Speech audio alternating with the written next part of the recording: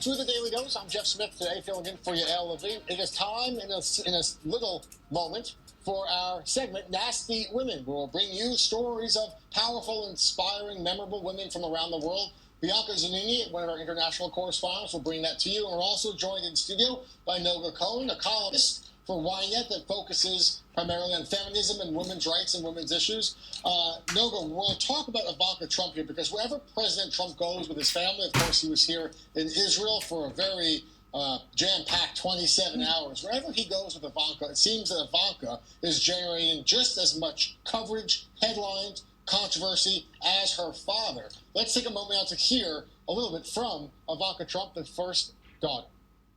We talked about the many different programs that have been successfully launched and have developed over many, many years now that have provided support and help to those who need it the most, whether it's the elderly, the poor, the disadvantaged, and victims of human trafficking throughout Africa and elsewhere in the world. So it was a great privilege to be able to be here and to hear firsthand from these tremendous thought leaders about the work that's being done, what's worked, what has the potential to work better and be better executed upon in the future. And I'm grateful for the kind invitation, and I look forward to supporting your efforts going forward.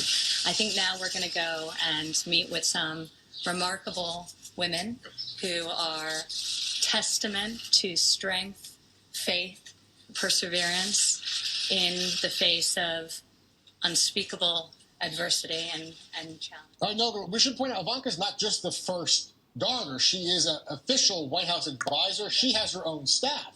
The staff member to the president has her own staff. You know, there's been a lot that's been written about in her role as an entrepreneur, in her role as a businesswoman, in her role as a speaker. Is she a feminist? Is it fair to call her a feminist, and what the implication of that is? What's your take? Okay, so first of all, Ivanka Trump has really taken upon herself to be an advocate for women's rights in Trump's government, and I think that's a very fair and important cause. She's done quite a few things. We just saw her speaking about it. Before she was in Israel, she went to Saudi Arabia, where she held a roundtable about women's rights there. In the U.S., she held a roundtable about human trafficking, and we know women are a huge part of that. And she wrote a book, Women Who Work, and she has taken upon herself to be in charge of that subject in Trump's cabinet. There were some questions about, previously, just the questions of within her own business, offering women maternity leave, and a position she publicly advocated for, perhaps in her own life did not afford some women, or daycare. Does she understand, given her privilege and her wealth, that things like daycare, who's going to pick up the kids, maternity leave, some kind of questions that she never had to face? Does she understand the plight of other women? So that's the thing. One woman can't be the one that advocates for rights for women everywhere. She can't be the one that represents all women. If we look at Trump's cabinet, we see 5 women out of 33 people. That is not enough. Women's rights, feminism has to be something that everyone takes part of. Trump himself has to take part of it, all members of the cabinet. It's called gender mainstreaming. It means that every type of policy that you do, you also think about women's place there. And one woman, and like you said, she is privileged, she is white, she came from money. She is important in empowering women, but she can't do it for all women, not women of color, not women of different sexual orientations, not women of different social statuses. It's just not enough.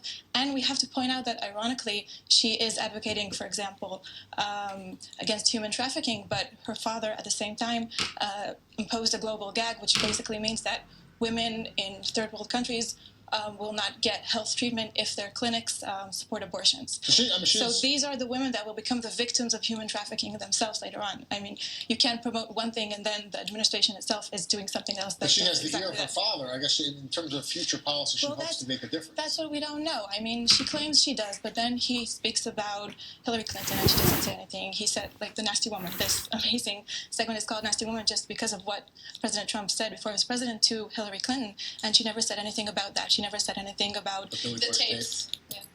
Yeah, the tapes about what he said about basically legitimizing sexual assaults against women.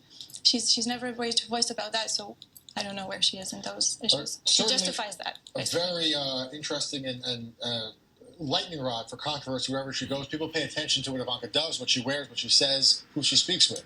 All right, no, thank you for your perspective, Noga. All right, now it is time for the